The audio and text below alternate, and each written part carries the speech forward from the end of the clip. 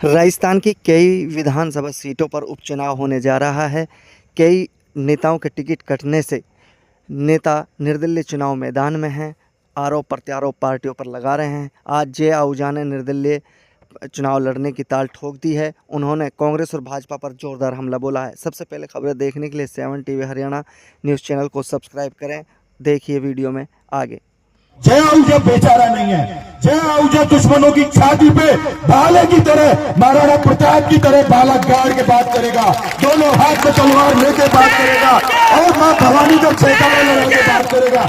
इन लोगों को सबक सिखा करके, इनको इनकी जगह दिखा करके मानेंगे। मैं इतना ही कहूंगा कि अगर मेरी आंख में आंसू आएंगे तो भावनाओं के आएंगे। मेरी आंख में आंसू बेचारगी के नहीं आएंगे। ये मेरे कुलदीप जैसे शेर भाई मेरे साथ खड़े हैं। मैं सबको इतना ही कहूंगा कि आप सब लोग जय आहूजा हो आज के बाद में। मैं सबको इतना ही कहूंगा कि 1 लाख से ज्यादा वोट कैसे आएंगे, इसकी तैयारी करने के लिए मैं आपको परसों तक का समय दे रहा हूं। भाई घर की मुसीबत में करके भाई को भाई संभालता है कुलदीप जी। ये समय है जब आप खड़े हो गए साथ, है ना। तो मैं इतना ही कहूंगा कि मैं भाई साहब ने खुद कसम खाई और सबको आगे बढ़ा के कहा कि मैं माता जी की कसम खा रहा हूं, तुम भी माता जी की कसम खा लो, जिसको टिकट मिलेगी उसके साथ रहेंगे।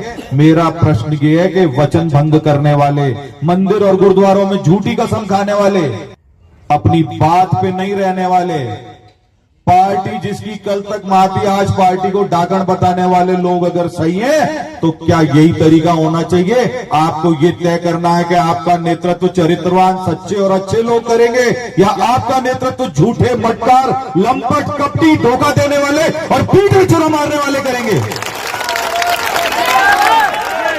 अगर आज इन झूठे लोगों का आपने साथ दिया तो कल आपके घर में आपका बच्चा आपसे झूठ बोलेगा, आप उस बच्चे को कैसे रोकोगे ये बता दो। कल आपका बच्चा आपको धोखा देगा, आप उसको रोकोगे तो वो भी तो कहेगा कि पापा जिसने रोज झूठ बोला, रोज झूठी कसम खाई, जब तुम्हारा नेता ही वो है तो मुझे झूठ बोलने से कैसे रोक रहे हो। ये बात का निर्णय आज आप सबको लेना है।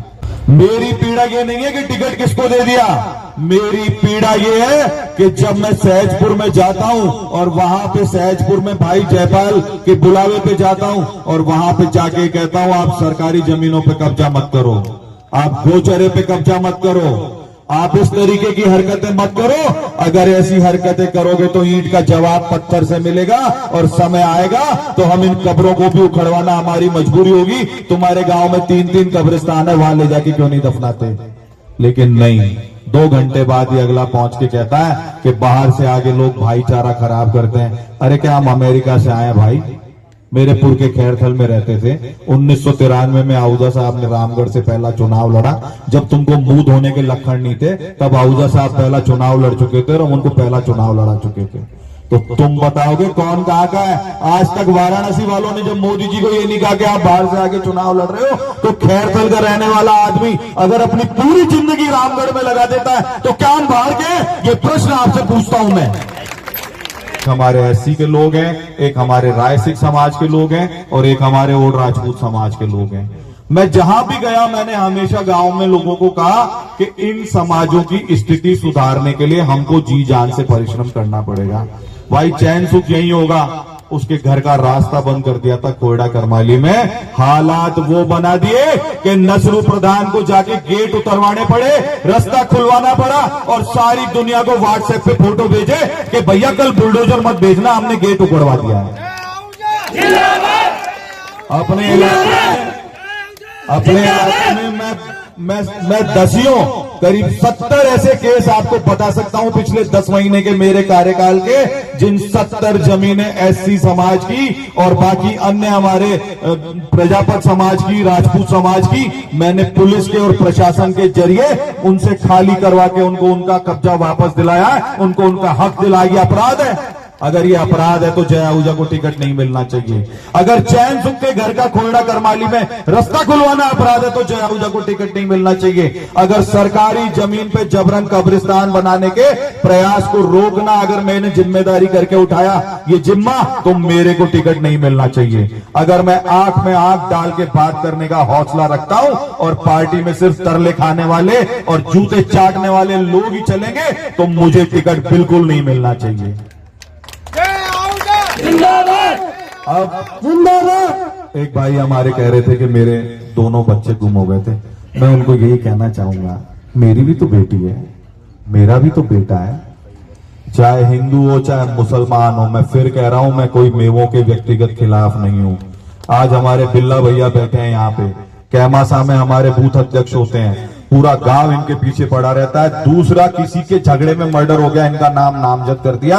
जो आदमी भारतीय जनता पार्टी और जय आहूजा और ज्ञानदेव आहूजा का झंडा लेके वहां बैठता था, इस आदमी की भी मैं सिफारिश करूंगा और इस आदमी की भी सुरक्षा करूंगा, क्योंकि निष्ठाओं की परीक्षा रोज नहीं ली जाती है। इनको खूब पता है हम हिंदुत्व के लिए डट के खड़े हैं, लेकिन कोई भी गरीब आदमी मेरे घर आ जाएगा तो वो यहां से खाली हाथ नहीं जाएगा। ये मैं आपको सबके बीच में वचन देता हूं। आप लोगों ने सबने खूब आजमाया, किसी भी गरीब आदमी को मैंने पीठ नहीं दिखाई। किसी भी गरीब के साथ अन्याय हुआ, चाहे उसका कोई भी जाति धर्म हो, उस गरीब की मैंने मदद करने की कोशिश की है। लेकिन मैं मेरे समाज के लोगों को भी खुली खुली बात कह देता हूं, भैया दलितों को मत दबाओ, दबाओगे तो जूत बजेंगे। आप अपने बच्चे पालो, आपके बच्चों की भी नौकरी लगे, इसकी भी हम जिम्मेदारी उठाएंगे।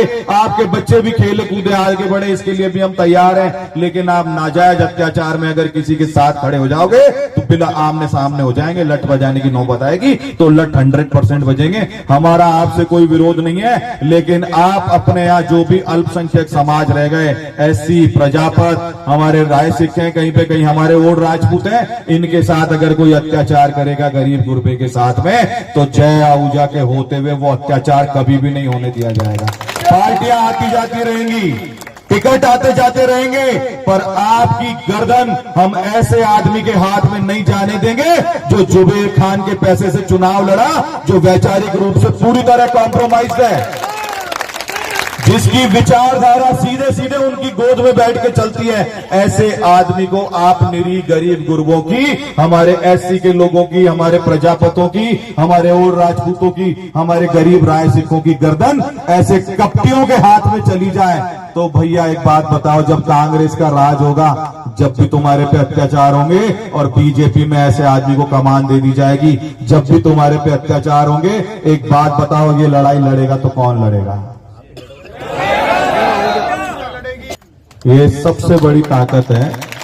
कोई मेरे पिछले 7 जन्मों के कर्म होंगे कि मेरे को ऐसी देवी स्वरूपा पत्नी मिली है।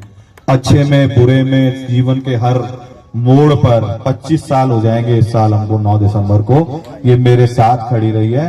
तो मेरे साथ तो साक्षात देवी माँ की ताकत चल रही है। हमारी बहनें बैठी हैं यहाँ पे, हमारी माताएं बैठी हैं। ये रजनी दीदी तो सुबह सुबह ही आ गई थी रसगढ़ से कि भैया आप चिंता मत करो, जिसके साथ मातृशक्ति हो, जिसके साथ युवा शक्ति हो, जिसके सिर पे बड़े बुजुर्गों का आशीर्वाद हो, आप ये मान के चलो कि मेरी पीठ में जितने खंजर मारे गए थे 2023 के चुनाव में, रक्त बहता रहा और मैं हंसता रहा, खून रिश्ता रहा और मैं आपके सामने इनकी आंख में आंख डाल के खड़ा रहा। आप ही बता दो, मेरी जगह कोई और आदमी होता तो एक दिन भी यहां रुकता क्या? मैंने किसी से शिकायत नहीं की, मैंने किसी को गलत नहीं बोला, मैंने किसी को ये नहीं कहा कि तुमने मुझे वोट नहीं दिए, क्योंकि एक सुनियोजित प्रोपेगेंडा हमारे खिलाफ फैलाया गया था कि ये तो 24 घंटे बाद यहां मिलेगा नहीं। लेकिन जो ये कह रहे थे वो 24 घंटे भी किसी को नहीं मिले, और मैं 24 घंटे तुमको मिला कि नहीं मिला बताओ? अगर मेरी आंख में आंसू आएंगे तो आप लोगों के लिए आएंगे। मैं आपको एक ही बात कह सकता हूं, मैं वचन का पक्का आदमी हूं, कभी किसी को धोखा नहीं देता। जो कहूंगा गर्दन कट जाएगी पर वो बात जरूर निभाऊंगा। हमने आज तक भी अपने वचनों का पालन करने का प्रयास किया है। आप सब लोगों से मैं इतना ही कहना चाहूंगा कि आप सब लोग छोटी सी सूचना पे इतनी बड़ी संख्या में यहाँ पधारे हैं, इसके लिए मैं दोबारा दोनों हाथ जोड़ के आप सबका धन्यवाद देता हूं।